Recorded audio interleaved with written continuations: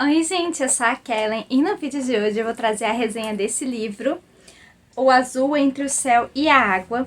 É um livro incrível, que daqui a pouco eu vou falar pra vocês. Mas antes da gente começar, eu quero pedir pra você se inscrever no canal se você não é inscrito, curtir o vídeo, compartilhar o conteúdo do canal com seus amigos, porque só assim pra gente poder crescer aqui no YouTube, tá bom? Na descrição do vídeo eu vou deixar o link de compra desse livro e também o link de compra geral da Amazon. Vocês comprando com o meu link, vocês contribuem pro meu trabalho, tá? Também tem minhas redes sociais, vão estar na descrição do vídeo, então você pode me acompanhar por todas elas. O Instagram, o Scooby, o Instagram de pinturas também, o Twitter, o blog que sai post semanalmente, então sempre tem resenha no blog. Então fiquem à vontade para me acompanharem pelas outras redes. Então, gente, hoje é dia da gente fazer a resenha desse livro que veio pra mim na caixinha do Scooby Festa. Eu já resenhei o título principal, que foi o Gabbist, né, o Grande Gabbist, e esse aqui veio como livro bônus. Ele é da escritora Susan Abulhawa. Gente, eu acho que esse é o sobrenome dela, porque tem muitos nomes em árabe e eu não falo árabe. Então fica difícil de eu falar a pronúncia correta. Então, por favor, me perdoem nas pronúncias erradas. Vou tentar falar o máximo que eu conseguir, tá?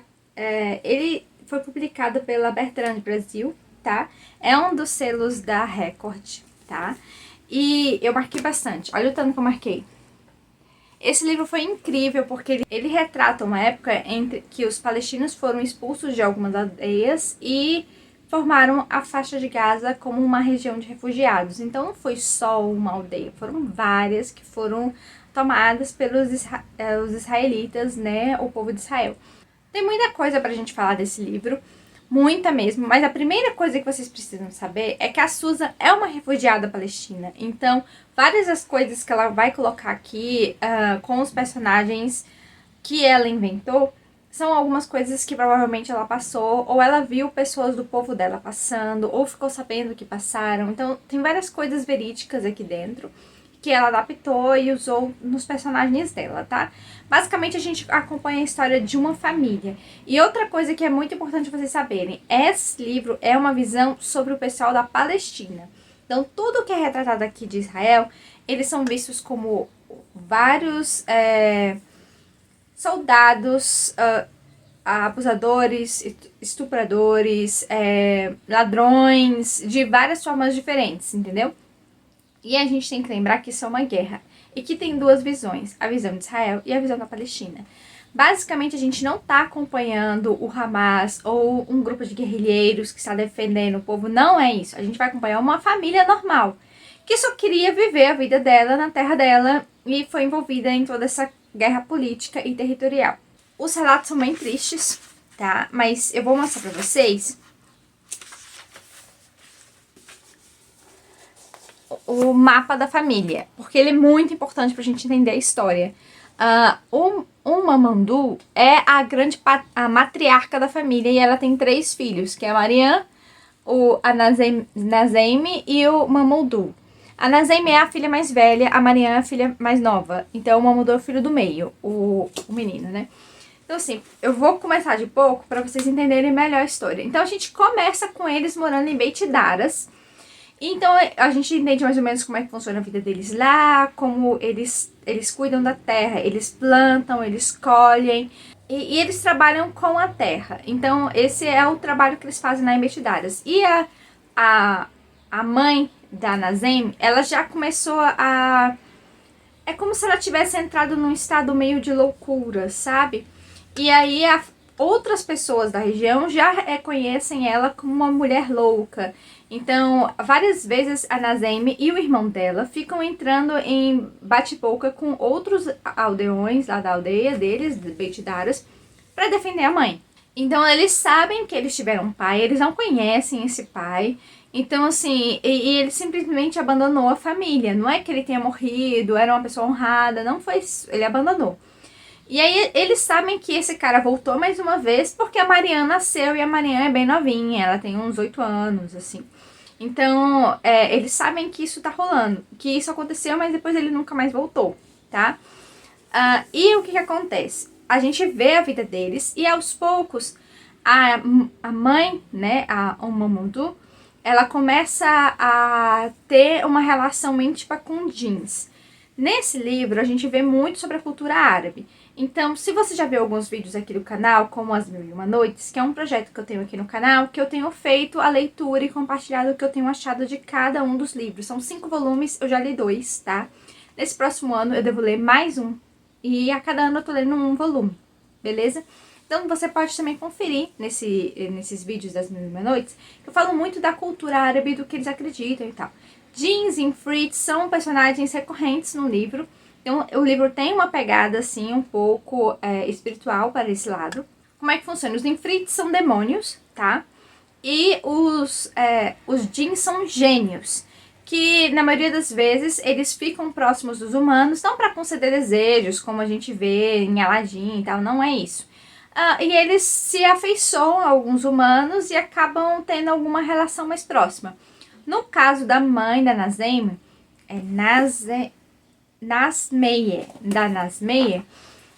ela começa a ter uma relação muito próxima com esse Jinn chamado qual é o nome? Suleiman. O nome desse Jinn é Suleiman. Então, às vezes, ele até possui o corpo da mãe da Nasmeier. E aí ele faz algumas coisas para defender a família da mãe dela. Então, assim, durante quando eles realmente conseguem, a aldeia consegue reconhecer que esse Suleiman está cuidando da família, dessa família, eles começam a meio que reverenciar ela, vão lá, pedir conselho, e o Suleiman vai dando os conselhos e ela vai passando os conselhos, porque eles são muito próximos, sabe? E aí, tem uma hora que alguns palestinos vão lá falar, dizendo que tem alguns judeus em determinada terra que eles cederam e que eles estão vendo que eles estão começando a ficar hostis e eles acham que eles vão atacá-los. A mãe da Nazemé, conversando com o Suleiman disse que sim, que eles vão atacá-los e que haverá várias guerras pequenas e que eles terão várias derrotas inesperadas, os judeus, e que depois, então inicialmente a Palestina vai ganhar as batalhas, mas que depois eles irão perder e eles serão expulsos daquela terra. Então não há o que fazer. Mas que mesmo assim o Suleiman vai estar com eles até o final dessa guerra, que eles irão perder. Então desde o início eles já sabiam que a guerra eles iriam perder e eles seriam expulsos de Beit Daras. E a gente vê essas guerras acontecendo. Outro registro histórico que eu preciso falar. Eles identificam muito os israelitas como judeus. E eu tenho que lembrar vocês que o povo de Israel ele é formado por 12 tribos, tá? Não só judeus. Judeus é uma das tribos, tá? Então, assim, é muito fácil você generalizar. Então, por isso que eu falo, esse livro todo é na visão palestina. Não dá pra tomar tudo como verdade absoluta. Mas a gente vê mais o sofrimento do povo em si. A Fifi veio dar um oi pra vocês. Né, Fifi? Olha ali. Então, não dá pra tomar tudo como 100% verdade, né? Mas, assim, eu foquei muito a leitura em relação ao sofrimento que o povo passou. Porque, com certeza, sabe, eles sofreram bastante. Voltando a essa questão do livro, vamos continuar a história. Aí, acontece isso e eles realmente perdem. E durante essa fuga, os homens estavam sendo mortos. Só as mulheres e as crianças poderiam fugir. E aí o Suleiman dá alguns amuletos para mãe da Nasmeier, para ela dar para os homens, que é o marido da Nazemé e o próprio filho dela, e fala para eles não retirarem o amuleto e seguirem o caminho, né? E não tirar a roupa de feminina, que eles vão disfarçados com mulher, e que ele, pela magia dele lá, ele vai fazê-los passar por mulheres. Durante esse percurso, algumas coisas dão errado e o marido da... o marido não. E o irmão da Nazemé acaba sendo atingido na perna. E aí ele não cresce mais, então ele acaba ficando manco. O Suleiman, para defender a família dela e as pessoas que estavam lá, ele possui a mãe da Nazemé. E ele mata os soldados, né, com fogo, e ela acaba sendo morta, tá? Daí pra frente, as menções a Suleiman acabam sendo mais de lembranças ou de algumas coisas que estão acontecendo, porque apesar da Nazemé tentar fazer contato ao longo de toda a história com o Suleiman, ela não consegue. E outros personagens também tentam fazer contato com ele e não conseguem, tá? Ele só vai aparecer mais pra frente em uma situação específica. Então, assim, a gente vê que as pessoas que realmente têm contato com o Suleiman, elas são muito selecionadas. Gente, eu tô contando a história muito por cima, só pra vocês saberem mais ou menos no que dá. Tem toda uma história envolvendo a Marianne, que é a filha mais nova de 8 anos. Nessa peregrinação, vocês viram que eu não falei da Nazemé. Cadê ela? Cadê a Marianne? Pois é, a Marianne, ela começou a ter acesso a uma zona azul. É como se é uma zona entre o passado e o futuro, entre o passado, o presente e o futuro, onde ela encontra com alguns parentes que ainda vão nascer. E esse parente ensina para ela a escrever. Então, toda vez que ela vai pro laguinho lá, o rio de Beitidaras, ela encontra com ele e ele ensina ela a ler e escrever. E eles têm aquela intimidade e tal. Ninguém acredita que isso está acontecendo. Eles acham que a Marianne inventou, que é um amiguinho imaginário. Até o momento que eles tiram uma foto e aí ele aparece nessa foto. Sabe aquelas fotos antigas que você vê e fica sabendo que tiraram uma foto, de repente alguém que não está lá está na foto?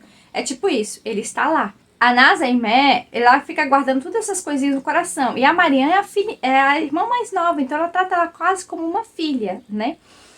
E assim, muitas coisas acontecem, porque a Marianne acaba se escondendo num poço. E a Nazemé vai atrás dela, e assim, coisas horríveis acontecem com as duas. Não vou contar, porque senão vai estragar a história. E aí a Nazemé acaba tendo que seguir sozinha a jornada, muito machucada, de várias formas possíveis, tá? E aí eles vão para essa faixa de Gaza. E assim, lá eles literalmente começam a construir um povo da faixa de Gaza. Porque é uma área que os israelitas sitiaram e eles têm que se adaptar. Lá não tem terra para plantar. Então eles viram pescadores.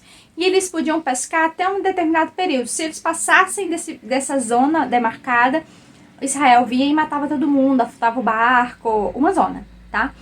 Então, assim, tem muitas coisas ruins que Israel faz para esse povo e relacionado aqui, fora os bombardeios da faixa de Gaza que são frequentes e que matam muitas crianças, matam as construções, porque, assim, o povo cresceu, né? Vieram gente de várias aldeias, não só de Beitidaras, então eles construíram hospitais, construíram escolas, construíram várias coisas, então às vezes bombardeio é na escola, às vezes bombardeio é no hospital, então é uma zona mesmo, sabe? Uma zona sitiada assim, eles não têm autorização para sair de Israel. Fala um pouco sobre a construção dos túneis, tá? Que ligam o Egito por debaixo da terra. Fala da construção, fala como é feito, como as pessoas sofrem com a construção desses túneis. É bem pesado emocionalmente em vários pontos aqui. Você fica muito triste, porque é uma vida muito sofrida, sabe? E mesmo assim eles vão se adaptando. E aí acontece alguma coisa que eles não podem mais pescar. E aí eles começam a vender galinhas. Então eles estão sempre se reinventando para sobreviver, sabe? É um povo que se reinventa para sobreviver. E isso é bonito de ver. Até um ponto da história que a gente consegue ver que o irmão da Nazemé, ele casou com uma menina, que é a Yasmin, e eles foram pra fora. Eles acabam indo parar nos Estados Unidos. Eles têm um filho que casa com uma espanhola. E depois ela tem uma filha, que é a Nur. E a Nur é muito importante na história. Muitas coisas acontecem. E o filho do Mandu acaba sendo morto. A esposa dele também morre antes do filho morrer. E aí ele trava uma batalha na justiça com a Nora para ter a guarda da Nur. Ele gasta tudo que ele tem. E aí o objetivo dele é pegar a guarda da Nur e voltar para a faixa de Gaza. Ele vai vender tudo que ele tem e vai para a faixa de Gaza, voltar para a família. Porque ele sente que ele já deveria ter feito isso há muito tempo. Ele não consegue sentir que os Estados Unidos é a casa dele. Ele não tem a família dele lá. E é um povo muito ligado à família, sabe? Os palestinos. Pelo menos é o que é retratado aqui. E ele entra em contato com a irmã várias vezes, falando onde tô indo e tal. Mas já acontece algumas coisas e ele acaba falecendo. e a Noor fica sozinha nos Estados Unidos. Então ela acaba indo parar nas mãos da mãe, que as faz sofrer de várias formas diferentes. A mãe só quer ficar com ela por causa de um fundo que o avô criou para ela, para pagar os estudos, pagar, sabe, as coisas futuras. E ela tem acesso a esse dinheiro, e é claro que ela não gasta com a Noor, sabe? Gente, é muito revoltante. E depois que ela é retirada da guarda da mãe dela, ela acaba passando por vários lares adotivos, que uma agente social da África ajuda ela, sabe, desde o início. E aí ela acaba construindo uma relação muito profunda com essa senhora, muito legal essa relação. E ela passa por vários lares adotivos até ela crescer e tomar a vida dela. Então, assim, acontecem várias situações que a levam para a faixa de Gaza, onde ela pode reencontrar a família dela. E é muito bonito como tudo acontece. Não vou contar porque é muito spoiler. Outra coisa importante vocês saberem, a história toda é narrada pelo Khaled. O Khaled, ele é o filho da filha da Nazimer. Nazimer teve um filho mais velho, que é o Mazen, e aí ela teve 11 filhos homens, e depois ela teve Awan, que é a mãe do Khaled. Então, assim, o Khaled que conta a história de tudo, do que tudo tá acontecendo, o que tá acontecendo com a Noor, o que tá acontecendo na faixa de Gaza. Então, assim, a gente tem a história narrada por ele, ao mesmo tempo que a gente tem a participação dos personagens conversando entre si. Então, é um livro muito dinâmico, ele tem capítulos curtos, tá? A estrutura dele é muito boa. Vou mostrar aqui pra vocês. Por exemplo, esse aqui é o capítulo o finalzinho do capítulo 2. Mas ele começou aqui, então é uma folha e pouco. Então são capítulos curtos e aí a gente tem um ritmo de leitura muito bom. Eu li em pouco tempo o livro. Eu gostei muito da forma que a história foi contada. É tudo muito sofrido, muito. Então, assim, você se prepare para chorar bastante e para pensar nos refugiados de uma forma diferente, sabe? Eu gostei muito dos conhecimentos que eu adquiri com esse livro. Depois eu vou estudar melhor sobre a escritora, porque ela tem um outro livro que ela lançou antes desse, que é mais famoso, tá? E eu gostei muito. Olha o tanto que eu garquei, gente. Assim, eu super indico a leitura, mas vá com essa mente de que é uma versão da Palestina. Então, assim, se vocês têm muito apreço por Israel ou ao povo de Israel, assim, não tomem tudo como verdade absoluta, mas sim, gente, a gente tem que lembrar que guerra é guerra. E quando os exércitos se encontram, nem sempre as coisas saem de forma correta, tá? Então, assim, a gente sabe que durante a guerra os cidadãos civis são sempre os mais prejudicados. Além disso, a gente sempre sabe que há abusos durante a guerra. Estupros, roubos, saqueamentos, mortes, assim, desnecessárias. E a gente sente que o povo masculino da Palestina, ele vive pouco. No fim das contas, acaba as mulheres tendo que sustentar mais a casa do que o próprio homem. Apesar deles terem em si essa sensação de, eu sou o provedor, eu tenho que prover minha casa e tal. A gente sabe que tem isso, mas eles acabam vivendo tanto por causa de toda essa perseguição que rola de Israel com a Palestina. E a gente sabe que essa história voltou agora à tona, né? Porque Israel bombardeou, não, na verdade o Hamas bombardeou, né, Israel, e aí Israel começou a bombardear a faixa de Gaza, matando muitas crianças, e tá toda uma situação de guerra lá, e os outros países estão tentando ajudar, mas é complicado, é uma guerra muito histórica, sabe? Tem muita história por trás daquilo, não é só esse momento de agora, então há muito ressentimento entre os povos. Então, chegar a um consenso de paz é o que todo mundo quer, sabe? É o que eu quero também. Que eles consigam se resolverem, sabe? E entrarem em um acordo para que o pessoal da faixa de Gaza viva, porque eles literalmente são prisioneiros lá, eles não podem sair. Então, assim, é muito difícil conseguir um visto para sair, é muito complicado, tem que ter muito dinheiro, então o pessoal lá é pobre, sabe? É complicado, sabe?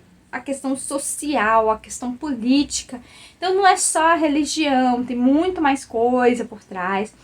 Se a gente for falar disso aqui, eu vou ficar aqui muito tempo falando sobre isso. Mas assim, é o que eu desejo, é o que muita gente deseja, que haja paz naquela área, que eles possam viver, sabe? De uma forma digna, todos eles, tanto Israel quanto o pessoal palestino, da faixa de Gaza. Então, assim, eu gostei muito. É uma abertura de um novo mundo que a gente não tem acesso do que acontece lá na faixa de Gaza. Super indico a leitura, tá? Acho que vocês vão se emocionar tanto quanto eu. Tem, sim, esses aspectos meio espirituais que rolam aqui, com o Suleiman, e também com as coisas que o Khaled faz. Mas tudo apesar de não ter muita explicação, muito por que acontece, é abordado outras coisas que fazem mais sentido aqui, sabe? De explicação. Então você não fica perdido. Apesar de você saber que são coisas difíceis, coisas estranhas, mas pro povo de lá talvez seja mais normal, sabe? Ler sobre esses assuntos. Mas eu gostei muito, muito mesmo. Super indico a leitura, tá? Foi selo cerejeira, 5 estrelas, favoritado com tulipa, tá? Então super indico, acho que vocês vão se surpreender.